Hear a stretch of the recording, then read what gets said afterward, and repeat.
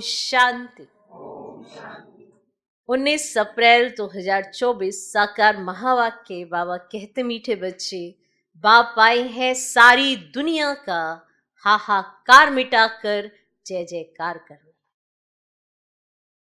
पुरानी दुनिया में है हाहाकार, नई दुनिया में है जय जयकार। बाबा कहते मीठे बच्चे, बाप आए हैं सारी दुनिया का हाहाकार मिटाकर जय जयकार करने। पुरानी दुनिया में है हाहाकार, नई दुनिया में है जय जयकार। आज का प्रश्न, कौन सा ईश्वरीय नियम है जो गरीब ही बाप का पूरा वर्षा लेते, साहूकार नहीं ले पाते? कौन सा ईश्वरीय नियम है जो गरीब ही बाप का पूरा वर्षा लेते, साहूकार नहीं ले पाते? उत्तर, ईश्वरीय नियम है पूरा बेगर बनो। जो कुछ भी है उसे भूल जाओ। तो गरीब बच्चे सहज ही भूल जाते हैं,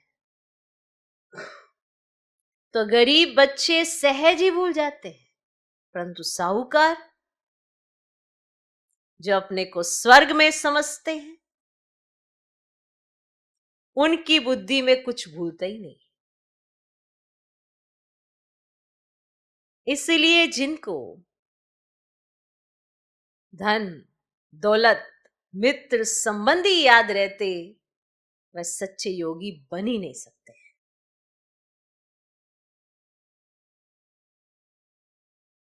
इसलिए जिनको धन, दौलत, मित्र, संबंधी याद रहते, वे सच्चे योगी बन ही नहीं सकते। उन्हें स्वर्ग में ऊंच पद नहीं मिल सकता।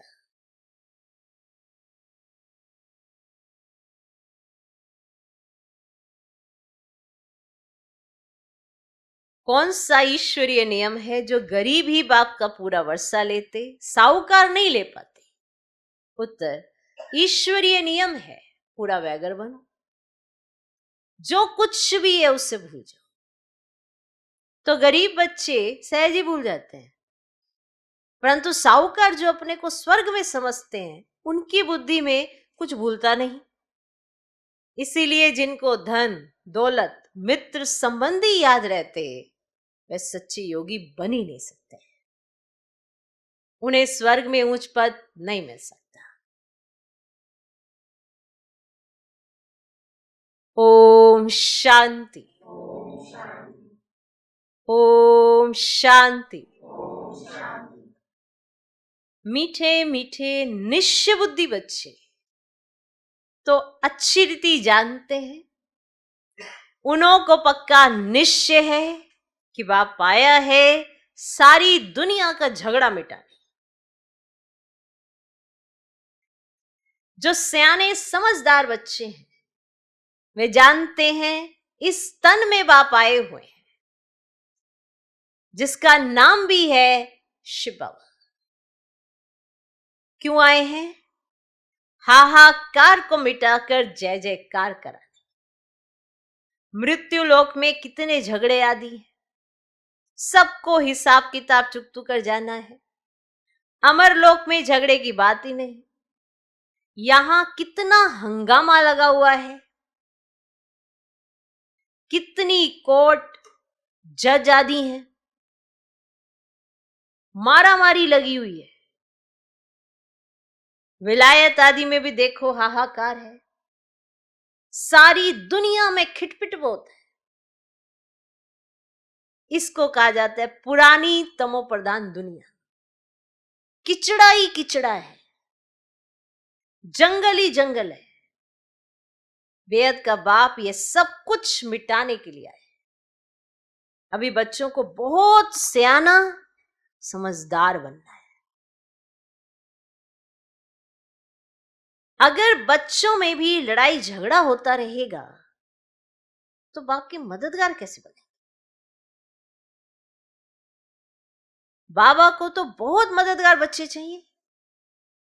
सियाने, समझू, जिनमें कोई खिटखिट ना हो, ऐसे बच्चे चाहिए बाबा को। सियाने, समझू, जिनमें कोई खिटखिट ना हो। ये भी बच्चे समझते हैं ये पुरानी दुनिया है, अनेक धर्म है, तमो प्रधान विशेष वर्ल्ड है, सारी दुनिया पतित है। इस पतित पुरानी दुनिया में झगड़े ही झगड़े हैं। इन सब को मिटाने, जय जयकार कराने बाप आते हैं। हर एक जानते हैं इस दुनिया में कितना दुख और अशांति है, इसीलिए चाहते हैं विश्व में शांति हो। अब सारे विश्व में शांति कोई मनुष्य कैसे कर सकेंगे? बेहद के बाप को ठिक्कर बित्तर में लगा दिया है। ये भी खेल है। तो बाप बच्चों को समझाते हैं, अब खड़े हो जाओ,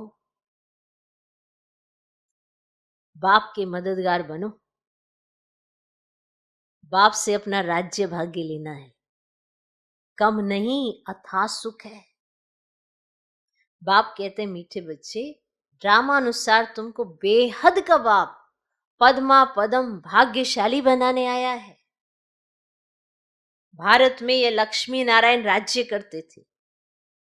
भारत स्वर्ग था, स्वर्ग कोई कहा जाता है वंडर ऑफ वर्ल्ड। त्रेता को भी नहीं कहेंगे। ऐसे स्वर्ग में आने का बच्चों को पुरुषार्थ करना चाहिए। पहले पहले आना है। बच्चे चाहते भी हम स्वर्ग में आए, लक्ष्मी व नारायण बने। अभी इस पुरानी दुनिया में बहुत हाहाकार होनी है, रक्त की नदियां बहनी है। रक्त की नदियों के बाद होती है घी की नदियां, उनको कहते हैं क्षीर सागर। यहां भी बड़े तालाब बनाते हैं, फिर कोई दिन मुकर्रर होता है तो उसमें दूध डालते हैं, उसमें फिर स्नान करते हैं, शिवलिंग पर भी दूध चढ़ाते हैं। और सत्य की भी एक महिमा है कि वहां घी दूध की नदियां हैं। ऐसी कोई बात नहीं है कि ऐसे नहीं कि नदी माना जहां पानी बहता है वहां पे दूध बहने लग जाएगा। ये एक गायन है कि माना अकीचार है, जिसकी लिमिट नहीं है, इसीलिए उसे नदी समान कहा जाता है। तो ऐसी कोई बात नहीं है कि ऐसे दूध की नदी होती है वहां पे। तो हर 5000 वर्ष के बाद तुम विश्व के मालिक बनते हो। इस समय तुम गुलाम हो, फिर तुम बादशाह बनते हो। सारी प्रकृति तुम्हारी गुलाम बन जाती है। वहां कभी बेकायदे बरसात नहीं पड़ती, नदियां उछल नहीं खाती, कोई उपद्रव नहीं होता। यहां देखो कितने उपद्रव हैं। वहां पक्के वैष्णव रहते हैं, विकारी वैष्णव नहीं। यहां कोई वेजिटेरियन बना तो उनको वैष्णव कहते हैं, परंतु नहीं, विकार से एक दो को बहुत दुख देते हैं। तो बाप कितना अच्छी रीति समझाते हैं। ये भी गायन है ना, गावड़े का छोरा। तो श्री कृष्ण तो गावड़े का हो ही नहीं सकता है, वे तो वैकुंठ का मालिक है, फिर 84 जन्म लेते हैं। तो ये भी तुम अभी जानते हो कि हमने भक्ति में कितने धक्के खाए, पैसे बर्बाद किए। तो बाबा पूछते हैं, तुमको इतने पैसे दिए, राज्य भाग्य दिया, सब कहां गया? कहां गया? तुमको विश्व का मालिक बनाया, फिर तुमने क्या किया? बाप तो ड्रामा को जानते हैं। नई दुनिया सो पुरानी दुनिया, पुरानी दुनिया सो नई दुनिया बनती है। तो ये चक्र है, जो कुछ पास्ट हुआ वह फिर रिपीट होगा। बाप कहते अभी थोड़ा समय है, थोड़ा पुरुषार्थ कर, भविष्य के लिए जमा करो। पुरानी दुनिया का सब कुछ मिट्टी में मिल जाना है। साहूकार इस ज्ञान को लेंगे ही नहीं। और बाप है गरीब निवाज। गरीब वहां साहूकार बनते हैं, वो साहूकार वहां गरीब बनते हैं। अभी तो पद्मपति बहुत हैं, वे आएंगे परंतु गरीब बनेंगे। वे अपने को स्वर्ग में समझते, वे बुद्धि से निकल नहीं सकता। तो यहां तो बाप कहते ये सब कुछ भूल जाओ, खाली बैगर बन जाओ। आजकल तो किलोग्राम किलोमीटर आदि क्या क्या निकाला है। जो राजा गद्दी पर बैठता है वे अपनी भाषा चलाते हैं, विलायत की नकल करते हैं, अपना अकल तो है नहीं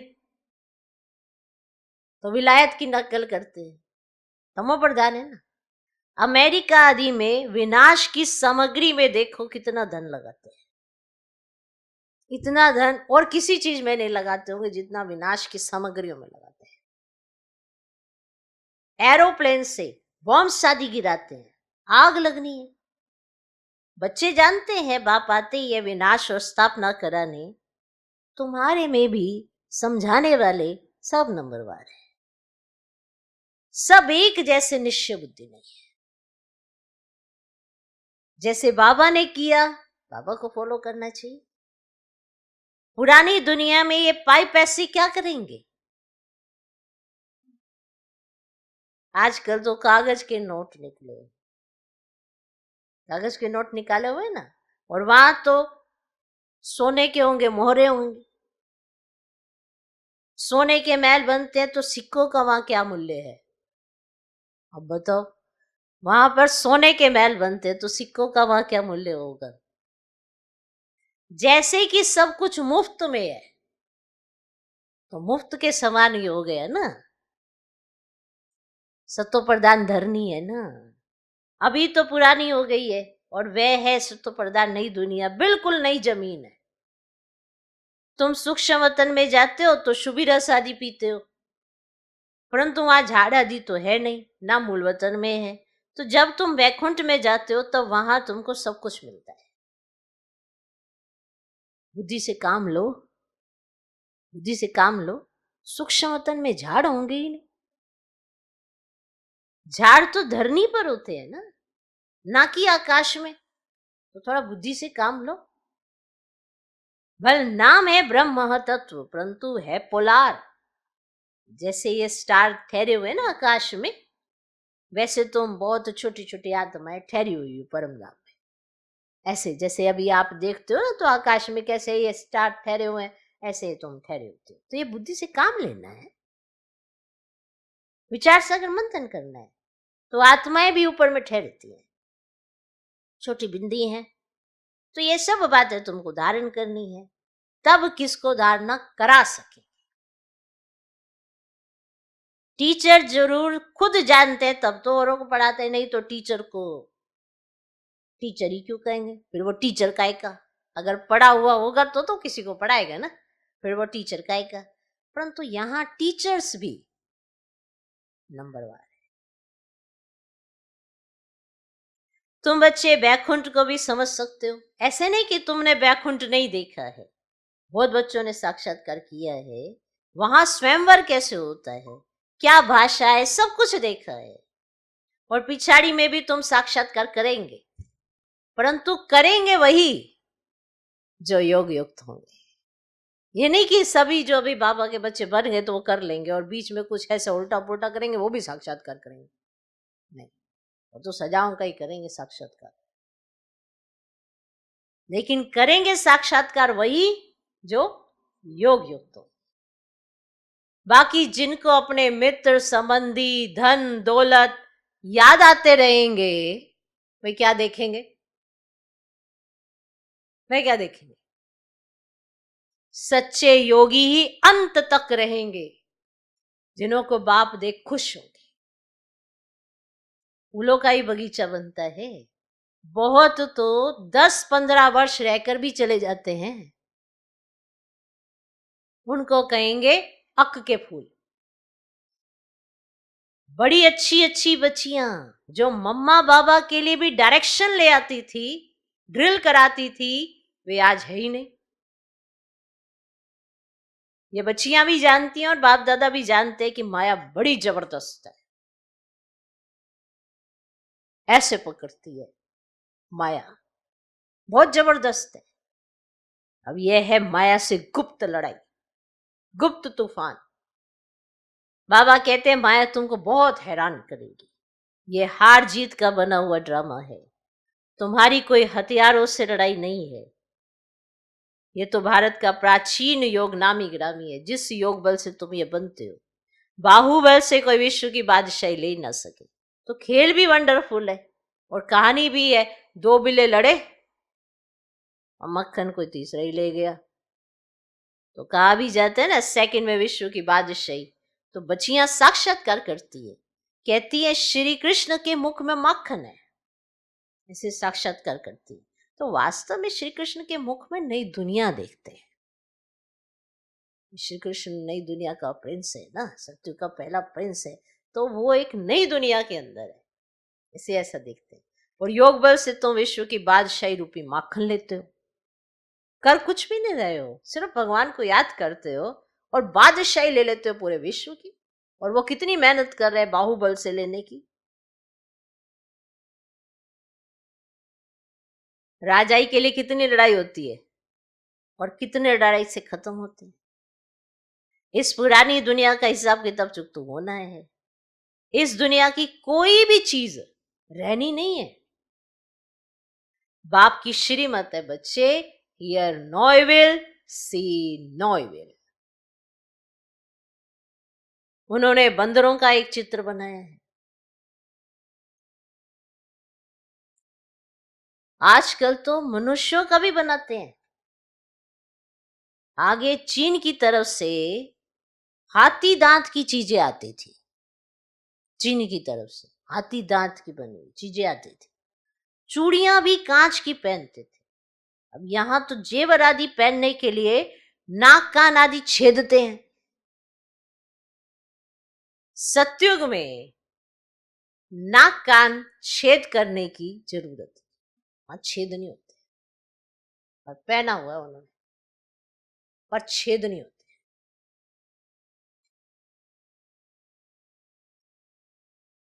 पहना तो हुआ है, देखो नारायण ने भी पहना हुआ है और लक्ष्मी ने भी पहना हुआ है, क्योंकि ये 16 कलाएं 16 श्रृंगार हैं। तो ये पूरे 16 श्रृंगार की हैं। बताओ कितने आभूषण दिखाए। तो यहां तो माया ऐसी है जो सबके नाक कान काट लेती है। तुम बच्चे अब स्वच्छ बनते हो, वहां नेचुरल ब्यूटी रहती है, कोई चीज लगाने की जरूरत नहीं। यहां तो शरीर ही तमो प्रधान तत्वों से बनते हैं, इसलिए बीमारियां आदि होती हैं। वहां ये बातें होती नहीं। अभी तुम्हारी आत्मा को बहुत खुशी है कि हमको बेहद का बाप पढ़ाकर नर से नारायण अथवा अमरपुरी का मालिक बनाते हैं। इसीलिए गायन है, अतीन्द्रिय सुख पूछना हो तो गोपियों से पूछो। भक्त लोग इन बातों को नहीं जानते हैं। तुम्हारे में भी खुश रहें और इन बातों का सिमरन करते रहें, ऐसे बच्चे बहुत थोड़े हैं। बैठे तो बहुत सारे बच्चे हैं, पर जो इन बातों में खुश रहें और इन बातों का सिमरन करते रहें, ऐसे बच्चे बहुत थोड़े हैं। कि उन्हें मिला क्या है, इस बात की खुशी, इस बात का एहसास उसके पुरुषार्थ पर निर्भर करता है। जो जितना पुरुषार्थ करता है उतना वो खुश रह पाता है, उतना उसको नशा चलता है मुझे मिला क्या है। इसीलिए सोचना बहुत जरूरी है। अगर विचार नहीं चलते हैं तो आप खुश नहीं रह सकते, क्योंकि जैसे विचार होंगे वैसी आपकी स्थिति शो करके दिखाएंगे आप। अगर अच्छे विचार चल रहे होंगे तो चेहरा भी खिला हुआ रहेगा, खुशनुमा रहेगा। बातें कहाँ नहीं आती, परिस्थितियां कहाँ नहीं आती, सब जगह आती है ना। क्यों आती है? क्योंकि हमें पता पड़ता है कि हम कहाँ पे स्टेबल हैं, क्या हमारी अवस्था है, कितना हम बने हैं। ये जब सिचुएशन आती है ना तब पता चलता है। तो अभी तुम्हारी आत्मा को बहुत खुशी है कि हमको बेहद का बाप पढ़ाकर नर से नारायण अथवा अमरपुरी का मालिक बनाते हैं। इसीलिए गायन है कि अतीन्द्रिय सुख पूछना हो तो गोपियों से पूछो। भक्त लोग इन बातों को नहीं जानते हैं। तुम्हारे में भी खुश रहें और इन बातों को सिमरन करते रहें, ऐसे बच्चे बहुत थोड़े हैं। अबलाओं पर कितने अत्याचार होते हैं। जो गायन है द्रौपदी का, वह सब प्रैक्टिकल में हो रहा है। द्रौपदी ने क्यों पुकारा, ये मनुष्य नहीं जानते। बाप ने समझाया तुम सब द्रौपदियां हो। ऐसे नहीं फीमेल सदा फीमेल ही बनती है करके 2 जन्म इकट्ठे ऐसे रिपीट हो सकते हैं। तीसरे जन्म में चेंज करना पड़ेगा क्वेश्चन। तो इसीलिए 84 जन्मों का बड़ा जबरदस्त हिसाब है, सारा हिसाब किताब है, लेखा जोखा तो अपने जीवन का है ही है। तो ऐसे नहीं कि फीमेल सदैव फीमेल ही बनती है, 2 बारी फीमेल बन सकती है, जास्ती नहीं। 2 बारी बन सकती है माना 2 बार वो बर्थ ऐसे रिपीट कर सकती है, फिर वैसे नहीं। ये नहीं कि माना सारी आत्माएं फीमेल ही बनती रहेंगी, ये भी नहीं कि सारे पुरुष ही बन जाएंगे, चक्र कैसे चलेगा। हर चीज बड़ा सिस्टमेटिकली है, और अभी अंत का समय है तो वो सिस्टम भगवान आके समझाने आए कि अब क्या करना है, और उसी में ही सारा उल्टा पुल्टा अगड़म बगड़म चल रही है, चारों तरफ तम प्रधानता इतनी है। तो 2 बारी फीमेल बन सकती है, जास्ती नहीं। माताएं पुकारती हैं, बाबा रक्षा करो, हमको दुशासन विकार के लिए हैरान करते हैं। इसको कहा जाता है वैश्याल्य। स्वर्ग को कहा जाता है शिवालय। वैश्याल्य है रावण की स्थापना, शिवालय है शिव बाबा की स्थापना। और तुमको नॉलेज भी देते हैं, बाप को नॉलेजफुल भी कहा जाता है। ऐसे नहीं नॉलेजफुल माना सबके दिलों को जानने वाला, याद रखना, वो सबके दिलों में उठने वाले संकल्पों को रीड नहीं करता। हाँ, जो कर्म तुम करते हो, जो एक्टिविटी में आते हैं, उसका वो रिजल्ट जरूर जानता है कि इसका फल क्या होगा। लेकिन तुम्हारे अंदर क्या थॉट प्रोसेस चल रहा है, तुम्हारे दिलों में क्या चल रहा है, इसको रीड करने का ठेका उसने नहीं लिया, क्योंकि इसी के आधार पर तो कर्मों का लेखा जोखा बनता है। तो बाबा ऐसे नहीं कि इस बात को आप नॉलेजफुल कहेंगे कि वो दिलों को जानने वाला, इससे फायदा क्या। बाप कहते हैं सृष्टि के आदि मध्य अंत की नॉलेज मेरे बगैर कोई दे ना सके, मैं ही तुमको बैठ पढ़ाता हूं। ज्ञान सागर एक ही बाप है, वहां है भक्ति की प्रारब्ध। सत्युग त्रेता में भक्ति होती नहीं, पढ़ाई से ही राजधानी स्थापन हो रही है। प्रेसिडेंट आदि के देखो कितने वजीर हैं, एडवाइस देने के लिए वजीर रखते हैं, इसीलिए रखा जाता है ना। सत्युग में वजीर रखने की जरूरत ही नहीं, सबकी बुद्धि अच्छी है, किसी वजीर की जरूरत ही नहीं सत्युग में। अब बाप तुमको अक्लमंद बनाते हैं, माना इतनी अक्ल आ जाती है कि आधा कल्प तक आपको किसी और की अक्ल पे चलने की जरूरत नहीं होती है, अपनी अक्ल ही सक्षम हो जाती है। सिर्फ एक जन्म भगवान के द्वारा दी हुई अक्ल से अगर काम करते हैं तो बाप तुमको अक्लमंद बनाते हैं। ये लक्ष्मी नारायण देखो कितने अक्लमंद, बेहद की बादशाही बाप से मिलती है। शिव जयंती बाप की मनाते हैं तो जरूर शिव बाबा भारत में आकर विश्व का मालिक बनाकर गए हैं, लाखों वर्ष की बात ही नहीं है, कल की तो बात है। अच्छा, ज्यादा क्या समझाऊं, ज्यादा क्या समझाऊं। बाप कहते हैं मन मना भव, वास्तव में ये पढ़ाई इशारे की है।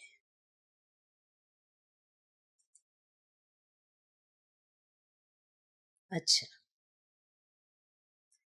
मीठे मीठे सिकिले थे बच्चों प्रति, माता पिता बाप दादा का याद प्यार और गुड मॉर्निंग। रूहानी बाप की रूहानी बच्चों को नमस्ते। हम रूहानी बच्चों की भी रूहानी बाप को नमस्ते नमस्ते नमस्ते। Good morning good morning good morning. धारणा के लिए मुख्य सर पहला पॉइंट, बाप का पूरा मददगार बनने के लिए सियाना समझदार बनना है। हर कोई चाहता है मैं भगवान का मददगार बनूं, लेकिन सिर्फ चाहना ही नहीं रखनी है, करके भी तो दिखाना है। नहीं मैंने कुछ गलत नहीं किया, मैंने कुछ नहीं किया, मैंने तो ठीक ही सोचा था, मैंने ये किया। थोड़ा बाप की नजर से देखना, ठीक किया। आपकी नजर से तो माया की नजर में फंसे हुए हो तो वो तो ठीक ही लगेगा, पर बाप की नजर से देखना। इसीलिए हमेशा बाबा कहते हैं जो कर्म कर रहे हो ना उसे ब्रह्मा बाप की स्टेज पर जाके देखो, तब देखना ठीक किया। तो बाप का पूरा मददगार बनने के लिए सियाना समझदार बने, अंदर कोई खिटपिट ना हो, अंदर कोई खिटपिट ना हो। दूसरा पॉइंट, स्थापना और विनाश के कर्तव्य को देखते हुए पूरा निश्चय बुद्धि बन बाप को फॉलो करना है। स्थापना और विनाश के कर्तव्य को देखते हुए पूरा निश्चय बुद्धि बन बाप को फॉलो करना। पुरानी दुनिया की पाई पैसे से बुद्धि निकाल पूरा बेगर बनना। पुरानी दुनिया के पाई पैसे से बुद्धि निकाल पूरा बेगर बनना। मित्र संबंधी धन दौलत आदि सब कुछ भूल जाना है। मित्र संबंधी धन दौलत आदि सब कुछ भूल जाना है। देखो, मित्र संबंधियों में बुद्धि रहेगी तो भ्रष्ट हो जाएंगे भाई, कहीं ना कहीं अटक जाएंगे, कहीं ना कहीं मित्रता पाल लेते, अंदर कुछ ना कुछ गड़बड़ करते रहते। और फिर अगर धन दौलत में अगर बुद्धि चली गई, अब सोचेंगे जीवन में चाहिए क्या, सब कुछ तो, पर अगर धन दौलत का लालच पड़ गया ना, फिर तो कोई बचा ही नहीं सकता। और ये ऐसा लालच है, कई बार ऐसी लतें भी लग जाती हैं कि अंदर ही अंदर लतें लग जाती है, पता ही नहीं चलता। बहुत खराब अवस्था है दुनिया की इस समय, और उस खराब अवस्था का असर ब्राह्मणों पर भी आता है, क्योंकि दुनिया के संपर्क में रहते हैं।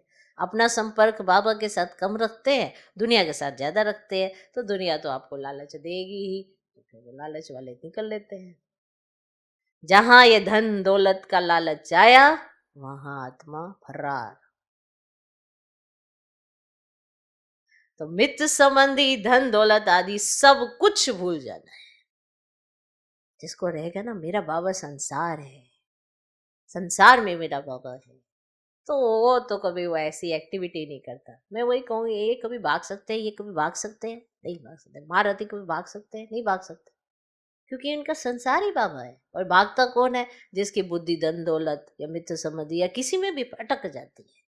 ब्राह्मण तो होते हैं, किसी ना किसी में फंस जाती है बुद्धि, धीरे धीरे चलते ऐसा लगता है कि नहीं, कोई साथी तो होना चाहिए, कोई सहयोगी तो होना चाहिए, या हमारे पास धन ऐसे, हमारी बुद्धि तो बहुत अच्छी है। ओवर कॉन्फिडेंस कईयों को आ जाता है, और ऐसी जगह निकल लेते हैं कि उनको यही नहीं समझ आता कि हम अपने लिए खड्डा खोद रहे हैं। अभी बाबा आपको भरपूर करते हैं, क्यों? आपकी हर इच्छाएं पूरी करते हैं, क्यों? आपको तब पर सूखी रोटी भी तो दे सकते हैं, आपको पकवान ही क्यों देते हैं? कभी सोच के देखना। इसीलिए आपकी वृत्ति को इतना तृप्त कर देते हैं कि आधा कल्प के लिए आप भले स्वर्ग में होंगे, लेकिन तृष्णाएं जन्म ही नहीं लेती हैं। बहुत ही अच्छा खेल है, लेकिन सबको समझ में नहीं आता। इसलिए बाबा पर निश्चय रखो तो ये बात समझ में आएगी। समझानी बहुत है, पर मैं क्या समझाऊं और क्या समझाऊं। चलो मन बनाओ, ठीक है। आज का वरदान, संगठन में रहते सबके स्नेही बनते, बुद्धि का सहारा एक बाप को बनाने वाले, कर्म योगी भव। संगठन में रहते सबके स्नेही बनते, बुद्धि का सहारा एक बाप को बनाने वाले, कर्म योगी भव। देखो, संगठन में रहना है, संगठन से भागना नहीं है। संगठन तो बाप की जान है। आपको क्या लगता है, आप परिवार में पिरोए जा रहे हो, आप अलग थलग हो जाओगे तो आप आपको पसंद आओगे? मुझे एक बात बताओ, यहाँ माला बनने जा रही है, तो मोती तो पास पास में ही चाहिए, एक मोती यहाँ एक मोती वहां। जो माला में इकट्ठे रह नहीं सकते, तो माला दाना बन ही नहीं सकते। इसीलिए ना, इसीलिए जो धागा होता है ना, मोतियों की जो माला होती है, उसमें धागा नजर नहीं आता। वो धागा है बाप की श्रीमत। जिसने श्रीमत का पालन किया, बाप के संग अपने को रखा, वही दूसरों से जुड़ पाता है, वरना सब अलग थलग रहना ही पसंद करते हैं। तो संगठन में रहते सबके स्नेही बनते, बुद्धि का सहारा एक बाप को बनाने वाले, कर्म योगी भव। कोई कोई बच्चे संगठन में स्नेही बनने के बजाय न्यारे बन जाते हैं, डरते हैं कि कहीं फंस ना जाएं। इसे तो दूर रहना ठीक है। दूरबाज खुशबाज, कईयों का ये डायलॉग होता है। अरे भाई, बाप ने दिया ये संगठन, खुश रहो, तुमको इतना बड़ा परिवार मिला है। कईयों के पास परिवार नाम की सिर्फ 2 या 3 लोग हैं, बस, है ही नहीं, क्योंकि कोई पूछता नहीं। जब तक धन है तो आपको कोई पूछेगा, और धन नहीं है तो आपको कोई पूछेगा नहीं। तो कहीं ऐसे सोचते हैं कि हमें संगठन में नहीं जाना, डरते हैं, दूर रहना ही ठीक है। लेकिन नहीं, 21 जन्म परिवार में रहना है।